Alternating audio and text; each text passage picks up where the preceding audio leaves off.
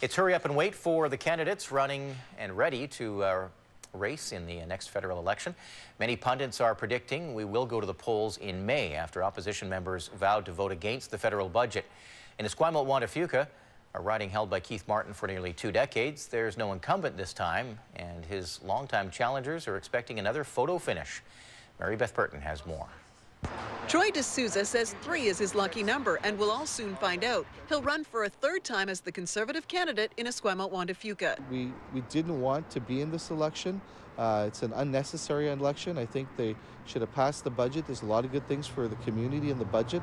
But if the opposition coalition has forced us into the election, we are ready. In 2008, DeSouza, a lawyer, lost the Esquimalt-Juan de Fuca riding to Liberal Keith Martin. Just 68 votes separated the two.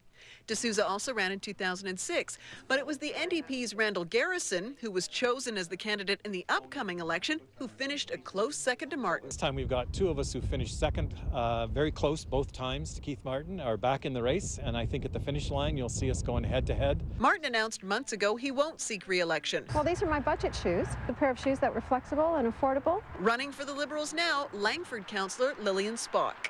The grandmother says the Liberals have to vote against the budget. Here's what Szpak wants the federal government to focus on.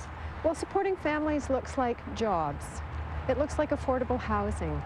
It looks like having some sort of child care program that's in place so that when you have a baby and you have young children, that you don't feel your job is at risk. Garrison, an Esquimalt councillor, says child care and seniors are his priority, and the Tory budget fails to protect vulnerable Canadians. It's that life gets harder and harder for everybody, and there really isn't anything there for middle-class and working Canadian.